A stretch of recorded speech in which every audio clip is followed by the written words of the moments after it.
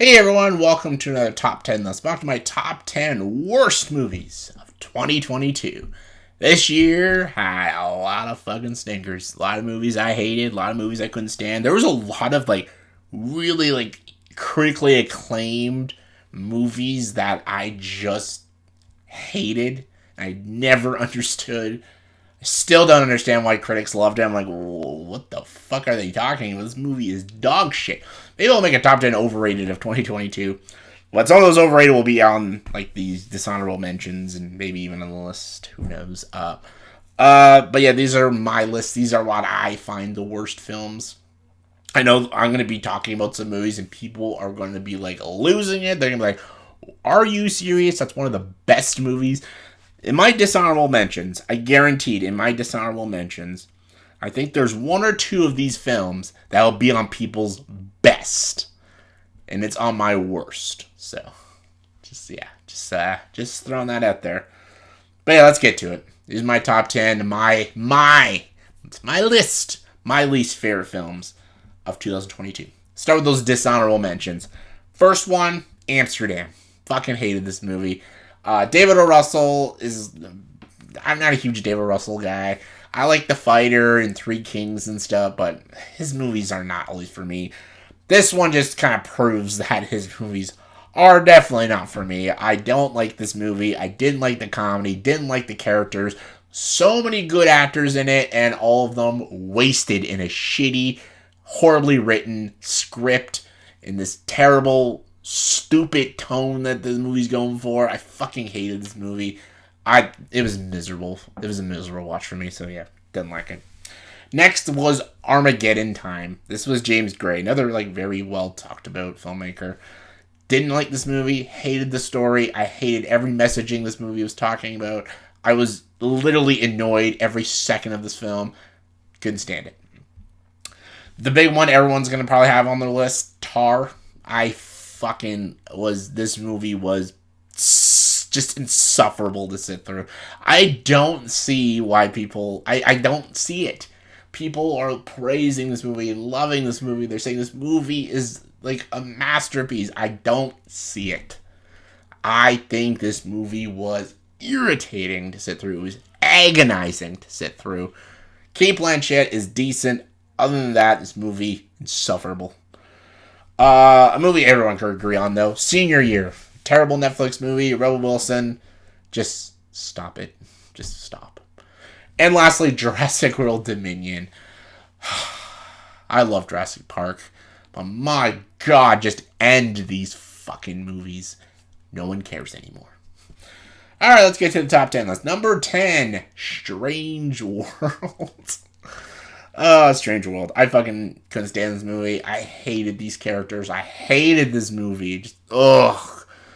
This movie is supposed to be super imaginative, but a lot of the worlds and stuff I've seen in other movies. The big twist at the end I've seen in other movies and shows. These characters were all one-note characters.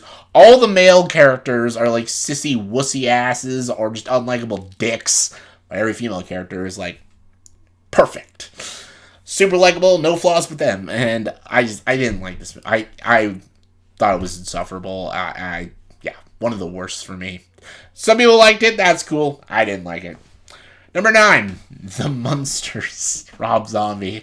Oh god, Rob Zombie, you untalented filmmaker, you. He tried to do a comedy movie and put his own little style and touch in it. It did not work. This movie sucks. It's not funny, not creative. I can see whether he was trying to go for it. This movie could have been maybe a Brady Bunch movie or The Addams Family. Those are great movies.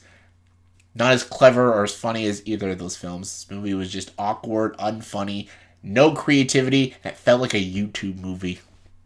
Swing and a miss. Once again, Rob Zombie. Number 8, Don't Worry, Darling. Olivia Wilde. Wow. She made this feminist movie. Men are awful. Terrible men. Terrible. A lot of men in the back in the day were incels and they just wanted their wives to suffer. It's basically man-hating the movie. No wonder I fucking hated this movie. Florence Pugh is probably the best part of this movie. She's pretty good, but a lot of sex scenes, weird imagery, metaphors that go nowhere, and A lot of homages to Jordan Peterson. I'm like, what are you doing, Olivia Wilde? I feel like she just had a lot to say, and the things she said weren't interesting, and I just didn't agree with, and yeah. That's why it's my list. Couldn't stand this movie. Number 7, Blonde. Like, what were you thinking making a Marilyn Monroe movie like this? Ana de Armas. Like, I'm not gonna blame her. Like, she's a great talent. Can't blame her for this. Holy shit, though. What's his name? Who the fucking directed this movie? Guy who did, Andrew Dominic. Guy who did The Assassination of Jesse James and Killing Them Softly. Movies that have a lot of potential. The Assassination of Jesse James was great, but Killing Them Softly. This is his worst movie. This movie was... There's no defense for what he did with the story of Marilyn Monroe. This is an insult to the memory of Marilyn Monroe. It was disgusting watching this movie. He should be ashamed that he made this movie. Netflix should be ashamed that they put this on Netflix. Fucking idiots. Anyways, number 6, Thor Love and Thunder. Oh my god, if you're getting sick of the Marvel movies, don't watch this. This will make you want to fucking, like, burn all the Marvel franchises with a blow fucking torch. This movie was ass. This movie tries to do, like, what Taika Waititi always loves to do. A lot of snappy comedy and big visuals, and it's insufferable. It's annoying. You wanted to, like, shoot those fucking... What are those things? The fucking screaming goats. You wanted them to die. You wanted Thor to die. You wanted Jane and Valkyrie and Korg. You wanted them all to die. You wanted Christian Bale to win in the end. He was the only interesting character in this movie. Hated this movie. Hated it. Couldn't stand it. Just didn't think it was funny. Didn't think it was creative. And it tried so hard to be so goofy. And, oh, we're a Marvel movie. I was just like, ah, shut the fuck up. Number 5. Morbius. It's Morbid time. The only thing that I find fascinating with Morbius is that this movie bombed twice in the same year. This movie came out, it bombed. It was shit, no one liked it. But then the memes came out about it's Morbid time, and then the studio was like, hey, people might want to actually see Morbius. Maybe we just released it at the wrong time. They put the movie back out again, and it bombed a second time. Oh god, it's hilarious. It's actually so funny that this movie bombed twice in the same year. Great job. But yeah, this movie's awful. It's just boring, lifeless, stale, and Jared Leto can't lead a movie to save his own fucking life. So, there you go. Number 4. A movie I was shocked that people actually liked. Ambulance. I don't get it. This movie is a headache to watch. The shaky cam is like, I almost thought I was going to have a seizure watching this movie. The editing is so choppy. The shots are horribly laid out. And even the characters are all really dumb. And like, Jake Gyllenhaal like robs a bank and he doesn't even like wear a mask. Their whole plan doesn't make sense. This movie doesn't make any sense. And all the characters were either unlikable, idiotic, or just cartoony. Like, this movie was shit. But the fact that people liked it, I'm like, did we watch the same movie? Like, this movie you like? What the hell's wrong with you people? Ambulance, terrible. Alright, number 3, Cheaper by the Dozen. I'm not saying the Steve Martin Cheaper by the Dozen movies are great, but they're better than this shit. This shit is awful. Zach Braff, Gabrielle Union.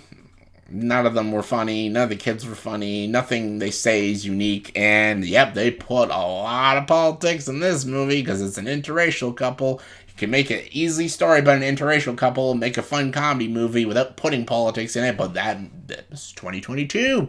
Gotta riddle that shit with politics. It's not what just ruins the movie. The movie's just terrible. It's not a good story. None of the characters are great. There's nothing funny. And there's nothing I'd ever want to show my future kids. So, yeah. It's crap. Number 2, Black Light. Liam Neeson, what are you doing, man? What are you fucking doing, man? Terrible movie. It's one of the most blandest, generic action movies. I barely remember a thing in this movie. And that's saying something, because I remember a lot of bad things and a lot of bad movies. But this one, I can barely remember a thing that happened. And that's bad. That's a bad movie. But it's not the worst. Number 1, it's Pinocchio. What the fuck else would it be? Like, it's fucking Pinocchio. Zemeckis is Pinocchio, another shit piece of crap live action Disney movie that we don't want and don't need, but we fucking got it, and then we had to sit and watch it, and then we all had to do reviews saying how shit it was. It's shit. It takes the Pinocchio story and it makes it shittier, dumber, stupider, more brain dead. I don't fucking know. I'm trying to think of just words, just a bunch of words to insult the movie. It's just bad, and it even got a bad performance out of Tom Hanks. That's an accomplishment right there. And the ending, I hate the ending to this fucking movie.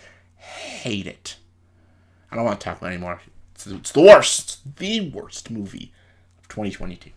So yeah, that's my top 10 worst movies of 2022. I hope you all enjoyed it. Hope you all have a great Christmas. There's a couple of videos I'll probably put out probably near the ending of December, but have a Merry Christmas and give your top 10 worst movies of 2022. And as always, join the dark side.